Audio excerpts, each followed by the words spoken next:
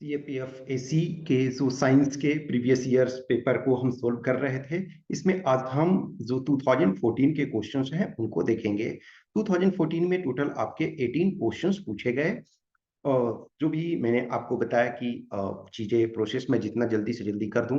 अभी for example जैसे 21 का इंटरव्यू चल रहा, तो कुछ थोड़ा सा 3-4 दिन और उन लोगों का मतलब मॉक इंटरव्यू का कार्यक्रम चलेगा, फिर वो फिनिश हो जाएगा। तो वहाँ भी बहुत सारे जो टाइम ये सब डिवोट करना पड़ता है। तो पिछली जैसे फॉर एग्जांपल कल मैं इसको प्रेजेंट नहीं कर पाया था, एक्चुअल में कल होना चाहिए था, but anyway I will do the things. Okay, so first question इसमें है, according to the principle of energy conservation, when a piston in an automobile engine compresses the gas in a cylinder, which of the following must occur? अब actually में क्या है, जो आपका engine है तो सिलेंडर और पिस्टन जो है वो कंप्रेस करेगा। तो कंप्रेस करेगा तो क्या होगा, मूवमेंट होगा। ये आप देखते हो कि जैसे गैस है, किसी चीज को गैस को जब दबाओगे, मान के चलो कि एक वॉल्यूम है, तो वॉल्यूम सपोज कोई भी ये कंपार्टमेंट है। अब उस कंपार्टमेंट में यदि आप उसको प्रेस करोगे तो क्या होगा, उनके एटम्स में मूवमेंट होगा। जब मूवमेंट होगा तो वेलोसिटी इसमें होगा। वेलोसिटी होगा तो ऑब्वियसली बात है कि वो 1/2 mv² जो क्या होता है, काइनेटिक एनर्जी। इसका मतलब है कि काइनेटिक एनर्जी जो है वो बढ़ेगा, वेलोसिटी इसमें बढ़ेगा, उनका मूवमेंट बढ़ेगा, तो वो उसमें क्या होगा, काइनेटिक एनर्जी बढ़ेगा। ये अब चेंज ऑफ स्टेट ये कोई जरूरी नहीं है। जैसे हाँ, मे भी वो स्टेट चेंज हो सकता है, जैसे फॉर एग्जांपल लो कि गैस है लिक्विड बन सकता है, वो संभावना है। लेकिन ये जो है मस्ट अंडरगो नहीं, मे अंडरगो लिटिल, वो नहीं है। तो ये आपका मस्ट के चलते, the gas must undergo a chemical change, no, वो जरूरी नहीं है ना वो केमिकल चेंज तो तब होगा जब वो कंबशन होगा, जब कंबशन होगा तब केमिकल। यहाँ सिर्फ प्रेशर की बात कर रहा है, तो प्रेशर इंक्रीज हो रहा है तो अभी वो ये ऑक्सीजन से रिएक्शन नहीं कर रहा। जब रिएक्शन करेगा तब वो जाकर के केमिकल रिएक्शन होगा, तो केमिकल चेंज का कोई जरूर नहीं। तो ए इसका फर्स्ट सही है। नेक्स्ट आपका बायोफोर्टिफिकेशन। बायोफोर्टिफिकेशन ये जो टर्म है ऑब्वियसली ये 2014 का क्वेश्चन है, लेकिन आज भी इसमें रिलीवेंस है। एक्चुअली क्या हो रहा है कि बहुत सारे जो हमारे लिए आज के डेट में फूड सिक्योरिटी से ज्यादा हमको न्यूट्रिशनल सिक्योरिटी इंपॉर्टेंट है। फूड आज की डेट में मोर और लेस सबको मिल रहा है, क्योंकि गवर्नमेंट अभी बहुत सारी चीजों को फ्री दे रही है कुछ ग्रुप को, और उन कुछ को सब्सिडाइज्ड दे रही है। और इनफैक्ट देखा जाए तो 2/3 पॉपुलेशन को हम सब्सिडाइज्ड या समटाइम फ्री भी राशन प्रोवाइड करा रहे हैं। तो ये प्रॉब्लम नहीं है कि फूड सिक्योरिटी नहीं, प्रॉब्लम यहाँ ये है कि फूड सिक्योरिटी के साथ साथ जो न्यूट्रिशनल सिक्योरिटी भी होना चाहिए। तो यदि न्यूट्रिशनल सिक्योरिटी हमें चाहिए तो उसके लिए क्या है, एक तरीका है कि आप डायरेक्ट जो न्यूट्रिशन उनको प्रोवाइड कीजिए, न्यूट्रिशन का टैबलेट या जो भी चीज दीजिए। और एक तरीका ये है कि आप उनको जो फूड आइटम में ही प्रोवाइड करा दीजिए। तो enrichment of the nutrient quality of soil, ये सॉइल का नहीं है, breeding crops to increase their nutritional value. अब एक्चुअली देखा जाए तो ये लगेगा क्लोज में है, लेकिन ये increase of organometallic compound in the organism through, no ये ओके। चौथा, adoption of genetic variable plants for breeding of high yielding variety, no, तो ये आपका मोस्ट अप्रोप्रिएट है। Breeding crops to increase their nutritional value, तो हम मान के चलो गोल्डन राइस का आपने नाम सुना, तो हम उनका जो है न्यूट्रिशनल वैल्यू बढ़ा दें ताकि जो मासेस तक पहुंच पाए। अब ये हार्मोन जो है, तो इसमें देखो दो हार्मोन जो है वो आपका फीमेल से रिलेटेड डायरेक्ट है। तो ओस्ट्रोजोन, या तो आप इस्ट्रोजेन भी इसको कह सकते हो, इस्ट्रोजन, और ऑस्ट्रोजन भी कह सकते हो। और एक आपका प्रोजेस्टेरॉन, तो प्रोजेस्टेरॉन एक ध्यान रखो ना, प्रोजेस्टेरॉन तो प्रो तो प्रेगनेंसी, तो इसको ये डी का 4 हो गया। तो डी का 4 हो गया तो आपका दो ये हट गया। अब देखो ये आपका एस्ट्रोजेन और ऑस्ट्रोजेन, तो ये क्या है, maintains female secondary sex characteristics. तो बी का 1, तो बी का 1 होना चाहिए। तो ये ऑब्वियसली अब डी आ गया आपका, दो आप नहीं भी जानते हो तब भी आपका ये बन जाएगा। ये सेकेंडरी सेक्स कैरेक्टरिस्टिक्स का मतलब है क्या कि जैसे आफ्टर प्यूबर्टी स्टार्ट होने पे एक तरह से size of increase in the size of breast और पब्लिक हेयर एक्सेट्रा। तो ये आपका हो गया। अब दूसरा जो ये और जो है एल्डोस्टेरोन, तो एल्डोस्टेरोन क्या हो गया, ये आपका सॉल्ट रिटेनिंग हार्मोन। और जो नेक्स्ट बच गया मेलाटोनिन, तो ये control circadian rhythm. Circadian rhythm क्या होता है, बॉडी क्लॉक कर सकते हो कि हमारा बॉडी, जैसे फॉर एग्जांपल ना आपको 6 AM मॉर्निंग में जागने की आदत है, तो आपका बॉडी क्लॉक जो है उस ढंग से एडजस्ट होगा कि आप 6 AM पे उठ जाओगे। इवन आप 12 बजे रात में सोते हो या 10 बजे रात में सोते हो, तो आपका ये बॉडी क्लॉक ये हो जाता है। तो डी इसका करेक्ट आंसर है। Next question number 4, if a scientist reads an ambient temperature 273 degree 273 kelvin, K means kelvin, in the laboratory, what will be doctor's thermometer. तो डॉक्टर्स थर्मोमीटर जो फॉरेनहाइट में मापा जाता है, तो फॉरेनहाइट में इसको, तो एक्चुअल में पहले इसको सेल्सियस में बदलो। तो 273 केल्विन का मतलब जो होता है वो आपका 0 डिग्री सेल्सियस होता है। अब 0 डिग्री सेल्सियस को अब फॉरेनहाइट में बदलते हैं, तो 0 इंटू आपका 9 डिवाइडेड बाई 5 प्लस 32, ये फॉर्मूला आपका है। तो ये कंपोनेंट 0 हो गया, तो ये 32 means 32 degree Fahrenheit. Next question number 5 कह रहा है कि methane is a very potent greenhouse gas, it is converted to carbon dioxide to ease its overall effect on global warming, this process is known as, क्या है कि जो methane है उसका जो मान के चलो कि 1 यूनिट यदि मीथेन रहेगा तो वो काफी ग्लोबल वार्मिंग क्रिएट करेगा। तो उसको हम क्या करें, कार्बन डाइऑक्साइड में यदि कन्वर्ट कर दे तो उसका जो इंटेंसिटी होगा वो कम हो जाएगा।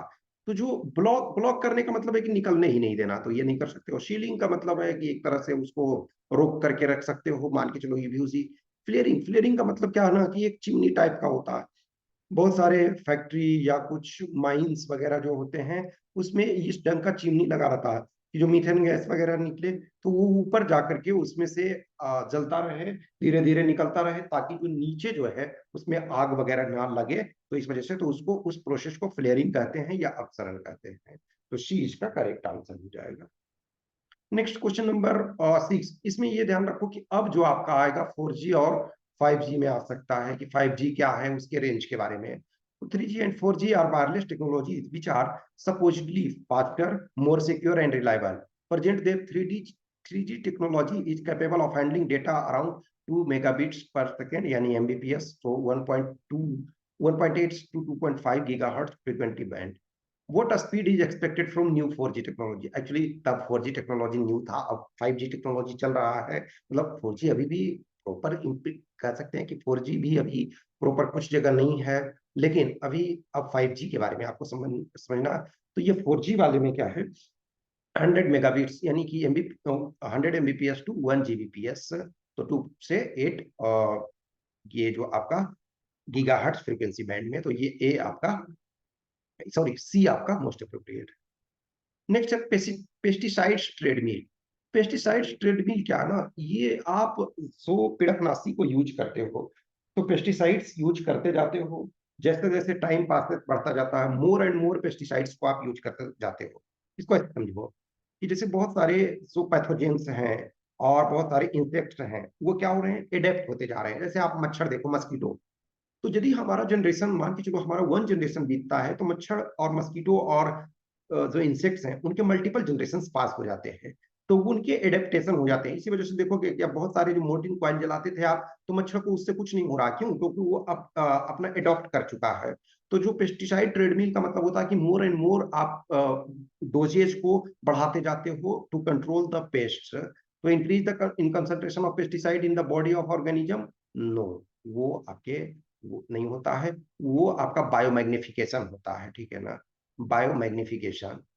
Increase in doses of pesticides to prevent the resurgence of pest that we are being control. तो पहले कम डोज पे आप कंट्रोल कर रहे थे, अब जो है आप ज्यादा डोज पे देना पड़ेगा उसको कंट्रोल करने के लिए, तो बी इसका सही है।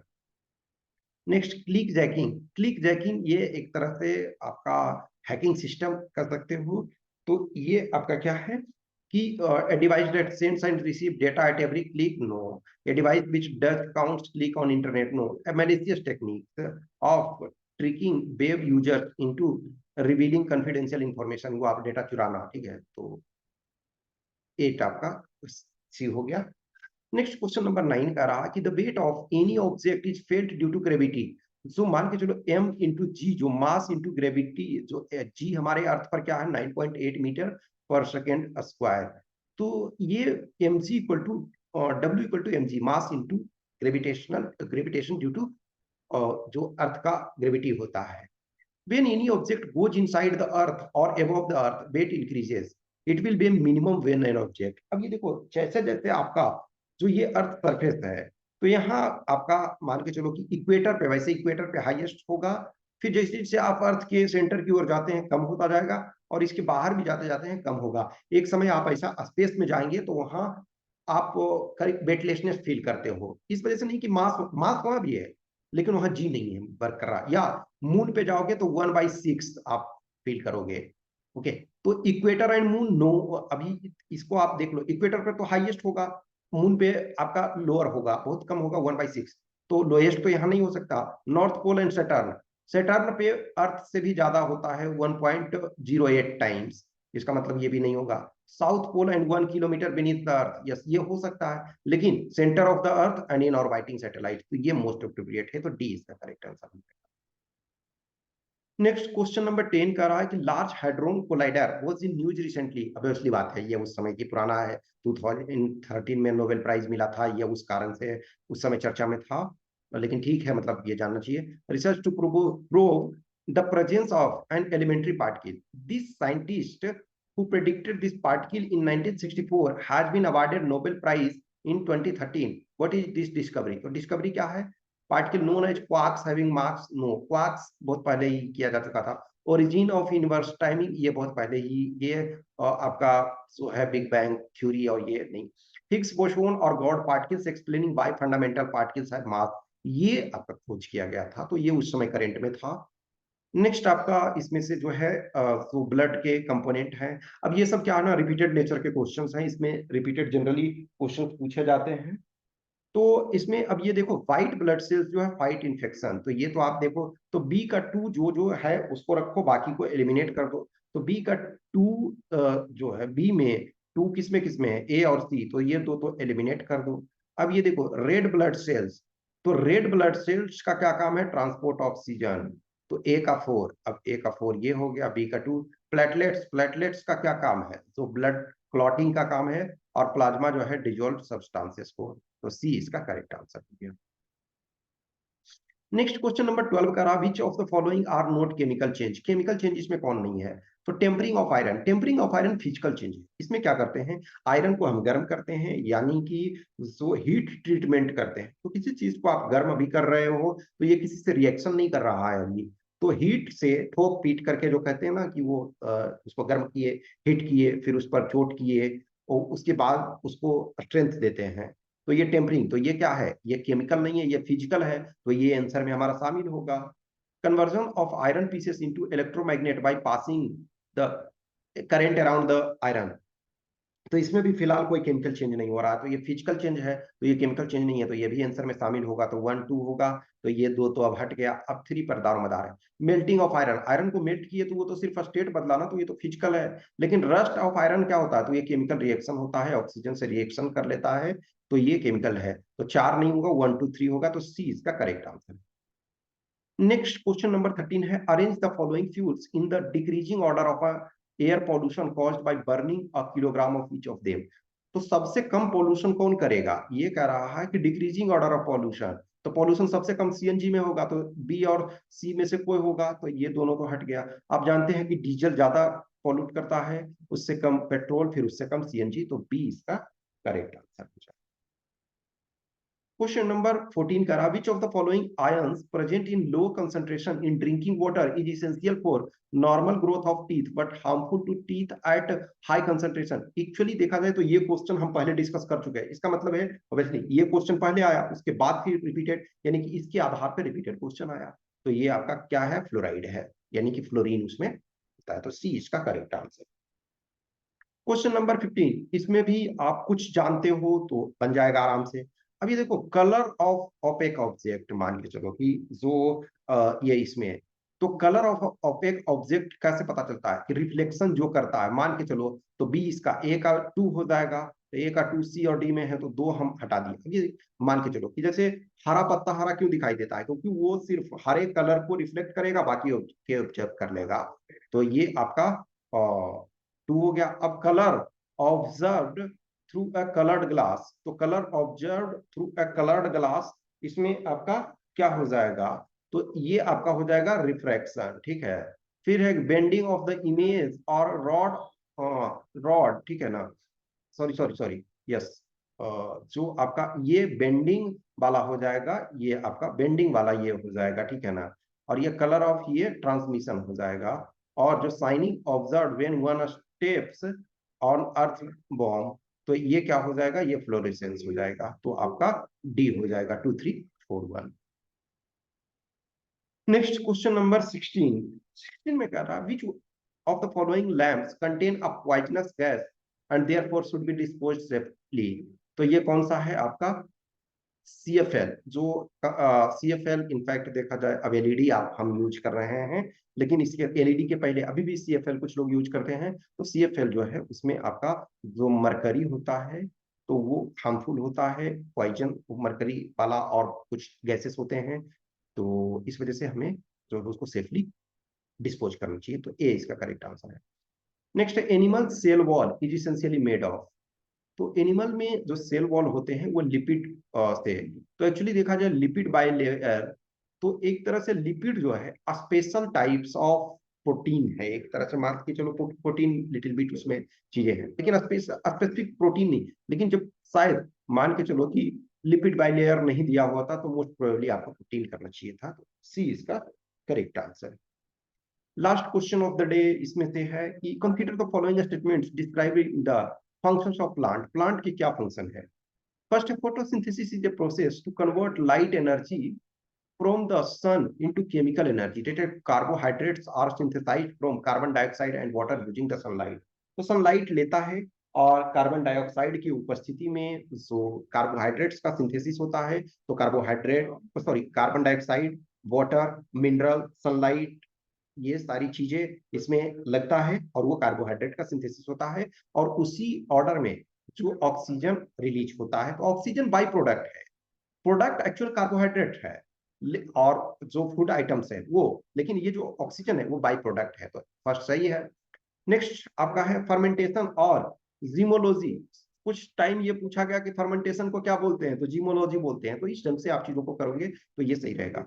तो जो इस metabolic process that converts carbohydrate to alcohol and carbon dioxide, ये सही है। यानी कि जो शराब बनाने में, अल्कोहल बनाने में, जो विस्की बनाने में जो भी ये है, तो ये इसको हम फर्मेंटेशन और जाइमोलॉजी का ये यूज करते हैं। तो ये स्टेटमेंट भी सही है, तो हमारा सी हो जाएगा।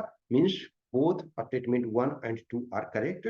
10 हमने जो है ये आपका 2014 का ये कर लिया। नेक्स्ट जब हम करेंगे तो 2013 का करेंगे और फिर 2012 का, तो 2 इयर्स के इसके बाद ये रह जाएंगे। फिर ऑब्वियसली है इसके बाद जो है फिर हम ज्योग्राफी का कर लेंगे धीरे धीरे करके। जो मैंने बोला है आपको 31 मई तक अल्ट्राई की मैक्सिमम चीजें कवर हो जाए। ओके, तो आप जितना ज्यादा इसको वर्क करोगे, जितना ज्यादा इसके ऊपर आप प्रैक्टिस करोगे, उतना फायदा होगा। Okay, thank you.